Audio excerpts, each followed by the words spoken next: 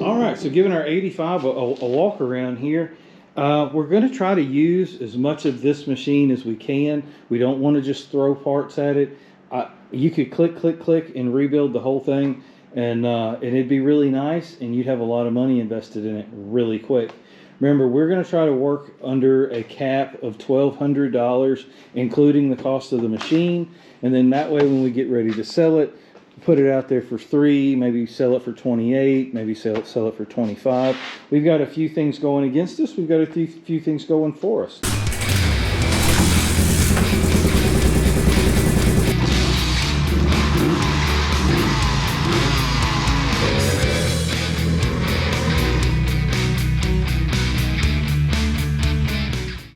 We've got a really nasty dent right here in the tank, as you can tell. It's pretty bad. We may be able to reach in here with a spoon and try to pull some of this out, but there's always going to be some of it there, so that's going to work against us.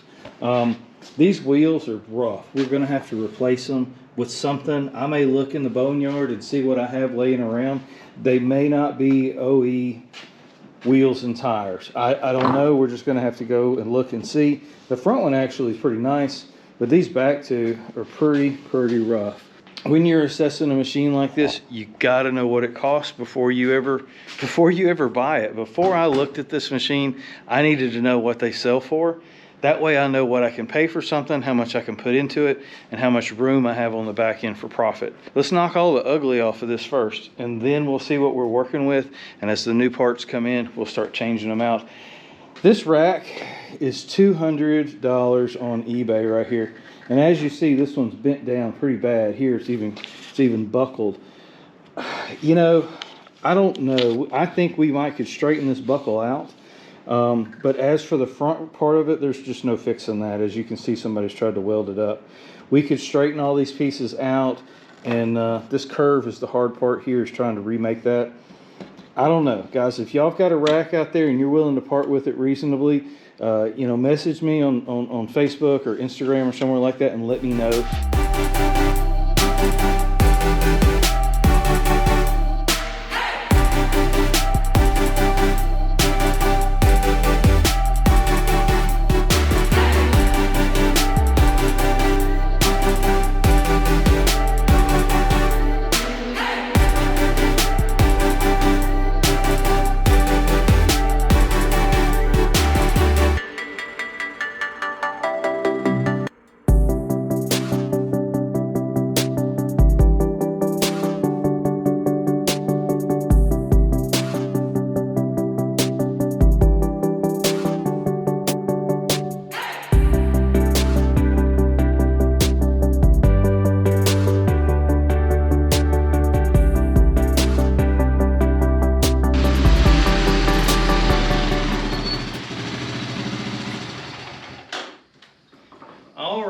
Well, we just knocked all the ugly off of this one, or maybe we made it a little uglier. I'm not sure, but let's check it out anyway.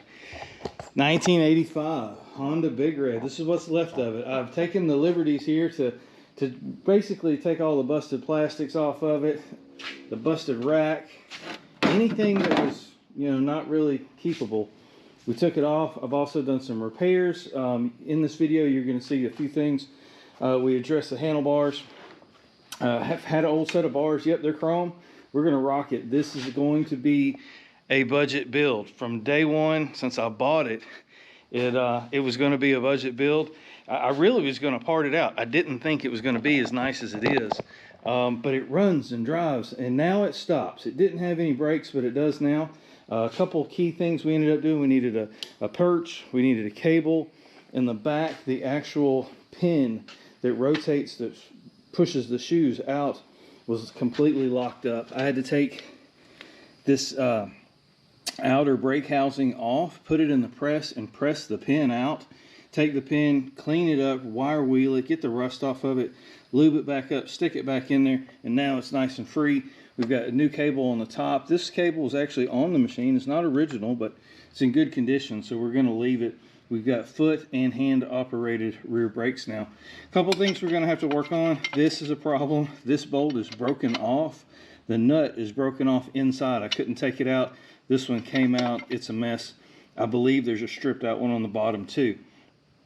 it's just going to rattle. We need to fix that. Probably what we're going to have to do is cut this one off, cut the perch, cut the housing for that nut off, weld it up with a new nut in its place, and hopefully repair that better than what it is. Racks are pretty straight, not laser straight, but they're pretty straight.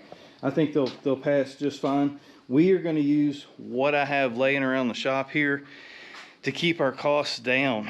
And this particular video, the first thing we're going to do now that it's clean, we're going to put on some new plastics. This is my first experience with the ABS plastics. Again, budget build, guys. We are not putting OE plastics on here. We are not even putting Meyer plastics on here. We are going to put the ABS plastics on it because we're going to sell it. We want it to look good, run good, stop good, but it doesn't have to be perfect. And along those lines, I've got some other wheels we're probably going to put on here because I have them. They have better tires. I hate these tires. They are so heavy. If you have these, I promise you, you take them off, you'll gain 5 horsepower right there. Everything else is pretty much... Here's a bug in here. That's what I get for trying to enjoy the evening without the door shut. We need a big screen door next. Y'all know what a big screen door is. Put a big screen door there. Service it. We're going to change the oil on it. We've got an air filter on the way. Just things that you know, maintenance that this machine had. The air filter that came out of here looked like this, and it just crumbled apart. Yeah, that's the way it was when I bought it. It's still falling apart.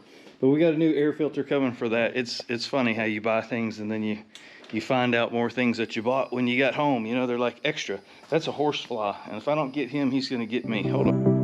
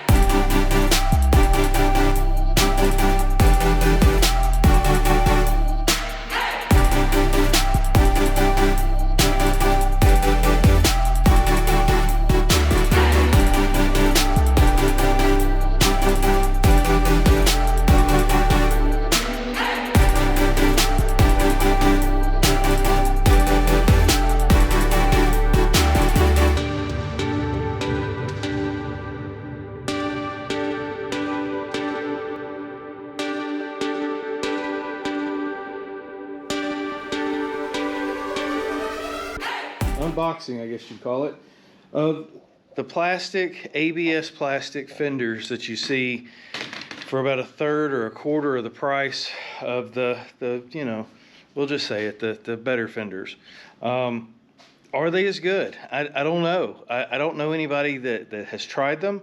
I'm trying them right now. We're going to open them up. We're going to put them on this budget beater because that's what it is. We bought it riding and running, and I'll kind of tell you where we're at on it.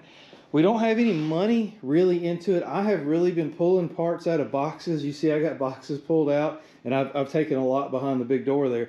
But we were able to go through here, and this bolt here had broken off. And so we welded it up and tapped it out and re-drilled it, and now we've got a functioning rack like it's supposed to be. The rear brake was locked up. This pin that goes through here going this it rotates, and that actually what the mechanism controls the brakes. I had to take the whole backing plate off of the axle, put it in the 20-ton press, and press that pin out, grease it, clean it up, and put it back in here. We did put a new upper cable on. This cable was already on here, and I did have to find some hardware. We should tighten that up. There you go. There we go. Okay, so we got some new hardware here on the back, keeping our cable in place. Went ahead and we were missing a grip here. We were missing a grip. We were also missing a lever. Probably not going to leave this one on here, but it's temporary for right now. And I've got to find the right wrench to tighten these up. Here's some ODI grips. A lot of guys like them. I like them. I don't run them on but one machine, but I do like them. I may let them go with this machine. We may put some original OE style grips on here. They're about $12 a pair now. It's not that bad. But I've taken all of the broken off of this machine. Let me show you this top upper triple tree. I hope it just fell out of a truck and nobody was riding it. This is what it looks like. It's supposed to be flat and straight, but this is just, that's how bad that triple was. It was bad. I hope the old boy didn't get hurt too bad on it. I think hopefully it just fell out of the truck and it took all the damage. But as you can tell, the front rack on this machine was just completely trashed. The handlebars were pushed way back because of the triple was bent, and it folded up this peg. I'm still looking for a peg. I've got one. We may try to straighten this one out. Again, this is not about a restoration. This is not about slapping on new parts and going online and ordering a bunch of reproduction parts or anything like that. This is finding stuff around the shop that we can use or fix to make this machine safe, dependable, and then sellable in that order. So that being said, I've pulled all the plastics off. Hopefully I'll show you some pictures of what it looked like. They were just shot. They are split. That's the front fender. There's just no saving that. The back fenders were just as bad. They were all laced up here. And that one is just missing all kinds. Even the trunk had 3 pieces. Had 3 cracks where they had went through it. But I thought it would still be a good opportunity to kind of look at what your options are. You know, not everybody's got $1,200 for fenders. So I went online, and you gotta have fenders. There's just certain things you gotta have. Selling a machine that looks like this, you're not gonna get nothing for it.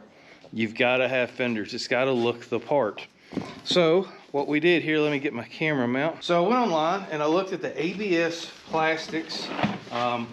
They are considerably less expensive. There are gonna be some drawbacks. There's gonna be a lot of differences, but is it worth the money?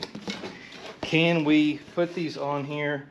And how do they look? What's the fit and finish of them? I can tell you right out of the gate, the color is a darker red. Now that's not clean, of course, but you can see the red is different.